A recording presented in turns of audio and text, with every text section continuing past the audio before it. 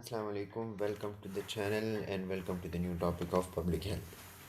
इंशाल्लाह आज हम स्टडी करने वाले हैं high risk pregnancies. What is high risk pregnancies, क्या कॉजेज़ हो सकते हैं और ये क्यों ज़रूरी है पब्लिक हेल्थ के रिलेटेड। तो ये आज हम इसको कवर करने वाले हैं। इससे पहले हमने बात की थी अबाउट दी एंटीनेटल एडवाइस की, कि एंटीनेटल एडवाइस में हमने कौन से एडवाइसेस देने हैं और कौन कौन से ऐसे मेन फैक्टर्स हैं जो आपने एक मदर को बताने हैं कि ये जो चीज़ें हैं रोज़मर्रा की आपने उसका ख्याल रखना है। उसमें से हमने पर्सनल क्लीननेस, डाइट और ये सारा कुछ डिस्कस किया, ठीक है।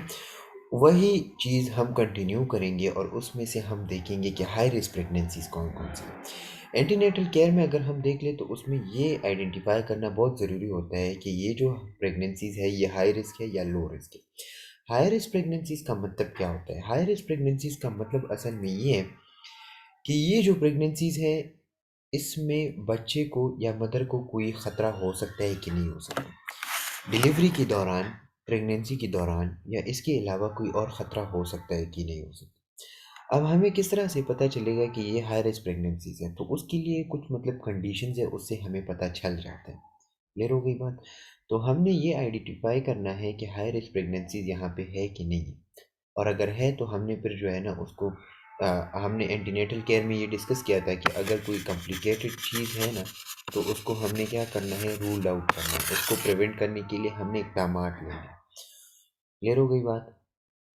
अच्छा, तो high risk pregnancies, so the central purpose of the antenatal care is to identify the high risk pregnancies. वही बात हो रही है कि सेंट्रल पर्पस, जो मेन पर्पस है वो एंटीनेटल केयर का, वो कौन सा है कि हमारे पास जो हाई रिस्क प्रेगनेंसीज हैं हम उसको आइडेंटिफाई करें कि कौन कौन से ऐसे प्रेगनेंसीज हैं। मिसाल के तौर पर आपके पास एक पेशेंट आता है, क्लियर है, आपने उसको देख लिया, आपने वो सारी एग्जामिनेशन कर दी और उससे जो है ना आपको पता चल गया है कि ये हाई रिस्क प्रेगनेंसीज हैं। तो मतलब आपने उसको जो है ना फिर समझाना है कि आपका जो मतलब प्रेगनेंसी है ये हाई रिस्क है, तो आपने इन इन बातों का ख्याल जो है ना रखना है। क्लियर है? To identify the high risk pregnancy is the most important thing of the antenatal care. So as early as possible and arrange for them skilled care. These cases are, मतलब उसमें अभी बात हो रही है ना कि पहले हमने आइडेंटिफाई करना है, और जब हाई रिस्क प्रेगनेंसी केसेस हो तो उसके लिए स्किल्ड केयर रिक्वायर्ड होता है। क्लियर है? मतलब स्किल केयर का क्या मतलब है कि हमारे पास ऐसी केयर होनी चाहिए जो उसको कवर कर सके, उसको जो है ना सही तरह से ट्रीट कर सके। अब कौन कौन से ऐसी कंडीशंस है, कौन कौन से ऐसी केसेस है जिसको हम हाई रिस्क प्रेगनेंसीज कहते हैं। तो उसमें अगर हम देख ले अर्ली प्रेमिग्रेविडा। अर्ली प्रेमिग्रेविडा का क्या मतलब है? एल्डरली, सॉरी, एल्डरली प्रेमिग्रेविडा का क्या मतलब है? प्रेमिग्रेविटी का मतलब है प्रेगनेंसीज, ठीक है। अब एल्डरली प्रेग्नेविटा का मतलब ये है कि ऐसी फीमेल जिसकी उम्र 30 साल से अबव हो, या 35 साल हो, 40 साल हो, 45 साल हो, और उस दौरान मतलब जो एल्डरली लोग होते हैं उनकी प्रेगनेंसी वो क्या होती है, वो हमारे पास हाई रिस्क प्रेगनेंसीज में आती है। इसमें सिर्फ एल्डरली प्रेमिग्रेविडा नहीं है बल्कि अर्ली प्रेमिग्रेविडा भी है। अर्ली, अर्ली का क्या मतलब है? जो हमारे पास 18 ईयर से बिलो हो। क्लियर हो गई बात? तो मतलब अगर यंग एज में या कोई ओल्ड एज में प्रेगनेंसी हो गई है तो उसको हम हाई रिस्क प्रेगनेंसीज कहते हैं, क्योंकि उसमें कॉम्प्लिकेशन के चांसेस बहुत ज़्यादा होते हैं। अच्छा, शॉर्ट स्टैचर्ड प्रेमिग्रेविडा, मतलब इसका ये है कि अगर आप देख लें कभी कभार इस तरह होता है कि जो पेशेंट होता है उसमें जो है ना कॉम्प्लिकेशन बहुत ज़्यादा, ऑब्स्टेटिक कॉम्प्लिकेशन जिसे हम कहते हैं, ऑब्स्टेटिक, ऑब्स्टेटिक कॉम्प्लिकेशन। क्लियर हो गई बात? मतलब अगर कोई जो है ना डायबिटीज़ मेलाइटिस है, एचटीएन का पेशेंट है, हाइपरटेंशन जिसे हम कहते हैं, तो अगर इस तरह का कोई पेशेंट है तो उसको हम फिर जो है ना क्या करते हैं, इसको हम शॉर्ट स्टैचर प्रीमिग्रेविडा कहते हैं। क्लियर हो गई बात? तो ये भी हमारे पास हाई रिस्क प्रेगनेंसीज में आता है। अच्छा, तो ये हमारे पास क्या हो सकता है, ये इसको हम फिर शॉर्ट स्टैचर्ड प्रीमिग्रेविडिया कहते हैं, ठीक है। कि अगर कोई मतलब ऑब्स्टेटिक कॉम्प्लिकेशन है, इंट्रापार्टम हेमोरेज है, इसके इसके साथ डायबिटीज़ मेलाइटिस भी है, शुगर की बीमारी भी है, तो इसको हम फिर शॉर्ट स्टैचर्ड प्रीमेरिया कहते हैं। क्लियर हो गई बात? अच्छा, इसके बाद माल प्रेजेंटेशन। माल प्रेजेंटेशन का क्या मतलब है कि जो बेबी की प्रेजेंटेशन है, क्लियर है, वो सही नहीं है। Baby presentation is not normal. Clear हो गई बात? मिसाल के तौर पर बेबी का जो प्रेजेंटेशन होना चाहिए वो सिफिलिक है एट द लास्ट ट्राइमेस्टर, तो बिल्कुल लास्ट ट्राइमेस्टर होता है। क्लियर हो गई बात? तो इसको हम फिर जो है ना क्या करते हैं, इसको मतलब ये हमारे पास नॉर्मल वो है, नॉर्मल प्रेजेंटेशन है। लेकिन अगर ये प्रेजेंटेशन सही नहीं है तो फिर इसको हम माल प्रेजेंटेशन कहते हैं। ठीक है, तो माल प्रेजेंटेशन वाली जितनी भी प्रेगनेंसीज होती है उसको हम हाई रिस्क प्रेगनेंसीज कहते हैं। अच्छा, एंटीपार्टम हेमोरेज। एंटीपार्टम हेमोरेज किस चीज़ को कहते हैं? हेमोरेज ये मैंने ऑलरेडी डिस्कस भी किया हुआ है। एंटीपार्टम हेमोरेज इसको कहते हैं कि जब 24 वीक से लेकर 28 वीक्स इसके दौरान मदर को क्या हो जाए, मदर जो है ना स्टार्ट टू ब्लीडिंग स्टार्ट हो जाती है फ्रॉम दी यूट्रीन। क्लियर हो गई बात? तो इसको हम फिर जो है ना एंटीपार्टम हेमोरेज कहते हैं। So antepartum haemorrhage is the most dangerous one. ठीक है, ये डेंजरस है। क्यों? क्योंकि इसकी वजह से बेबी लॉस हो सकता है, एबॉर्शन हो सकती है। क्लियर हो गई बात? तो ये बात आपने याद रखना है कि antepartum haemorrhage is the haemorrhage which occur at 24 to 28 weeks. कहाँ से होती है? जो जहाँ पे बेबी ग्रोथ कर रहा होता है वहाँ से ब्लीडिंग स्टार्ट हो जाती है। और ये बहुत डेंजरस है। क्यों डेंजरस है? क्योंकि इससे एबॉर्शन हो सकती है। क्लियर हो गई बात? इसके अलावा थ्रेटन एबॉर्शन। थ्रेटन एबॉर्शन का मतलब ये है कि वो सारी कंडीशन जिसमें एबॉर्शन जो है ना वो हो सकता है।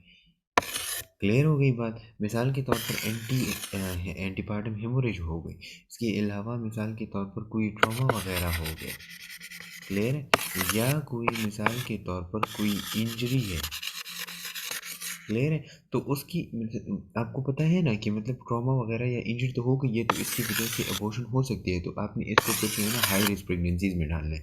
इसके अलावा मिसाल के तौर पर जो यूट्रीन है, ठीक है, तो मतलब आपको ये भी पता होना चाहिए कि मतलब इसकी जो है ना नॉर्मल स्ट्रक्चर किस तरह से होती है। अगर इसकी स्ट्रक्चर वगैरह में फ़र्क है या इसके अलावा इससे पहले कोई एबॉर्शन हो गई है इस मदर की, तो ये भी जो है ना हम फिर हाई रिस्क प्रेगनेंसीज में डालते हैं कि मतलब पहले एबॉर्शन हो गई है तो अभी भी चांसेस है कि एबॉर्शन हो जाए। तो फिर आपने थ्रेटन एबॉर्शन मतलब आपको ख़तरा है कि एबॉर्शन की कोई चांसेस वगैरह हो सकते हैं इसमें किसी भी कंडीशन की वजह से। अच्छा, toxaemia of pregnancy. Toxaemia of pregnancy का क्या मतलब है कि मतलब कोई मतलब इससे पहले जो है ना कोई एबॉर्शन हो गई हो, ठीक है, कोई एबॉर्शन हो गई हो, कोई जो है ना मिसकैरेज हो गई हो, क्लियर है, कोई स्टिल बर्थ हो गई हो, क्लियर, मतलब ये सारी ये जितनी भी कंडीशन है ना इसमें क्या हो जाती है, लॉस ऑफ बेबी या लॉस ऑफ फीटस हो जाती है। तो मतलब टॉक्सीमिया ऑफ प्रेगनेंसी का क्या मतलब है कि जब भी प्रेगनेंसी हो कुछ ना कुछ कंडीशन आ जाते हैं उसकी वजह से एबॉर्शन हो जाती है, तो फिर उसको हम पे जो है ना टॉक्सीमिया ऑफ प्रेगनेंसी कहते हैं। तो अगर कोई टॉक्सीमिया ऑफ प्रेगनेंसी हो, अब आपको किस तरह से पता चलेगा? इसके लिए आपने उस पेशेंट से हिस्ट्री लेनी पड़ती है और ये हमने एग्जामिनेशन में स्टडी भी किया कि आपने कंप्लीट क्या करना है, कंप्लीट हिस्ट्री उससे लेनी है। क्लियर हो गई बात? तो ये बात आपने याद रखना है। अच्छा, एनीमिया किस चीज़ को कहते हैं? एनीमिया है low level of HB, low level of HB. तो आपको अगर याद हो मैंने आपको बताया था कि Hb is the most important thing in the pregnancy. So अगर एचबी का जो लेवल है वो कम है तो उसकी वजह से फिर जो है ना हाई रिस्क हो सकती है, risk of pregnancy, high risk pregnancies में हम इसको डाल सकते हैं। क्योंकि एचबी अगर कम हो तो उससे बेबी ग्रोथ जो है ना वो अच्छी तरह से नहीं होती, ब्लड की कमी आ जाती है, तो फिर मसला हो सकता है। तो जितने भी एनीमिक पेशेंट होते हैं वो हम हाई रिस्क प्रेगनेंसीज में डाल रहे होते हैं। अच्छा, मल्टीपल प्रेगनेंसीज। मल्टीपल प्रेगनेंसीज का मतलब ये है कि आपको पता है यहाँ पे रिवाज तो मतलब 5 6 7 8 और 10 तक है ना, 10 से लेकर 12 बच्चों तक है। तो मल्टीपल प्रेगनेंसीज इस चीज़ को कहते हैं कि मतलब बार बार जो है ना प्रेगनेंसी हो गई हो, बार बार प्रेगनेंसी, बार बार जो है ना बच्चे पैदा कर रहे हो, तो उसको भी हम मल्टीपल प्रेगनेंसीज